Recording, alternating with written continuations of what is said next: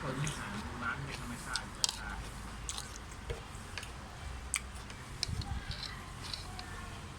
ต้นไม้แบบพอใหญ่ใหญ่เนี่ย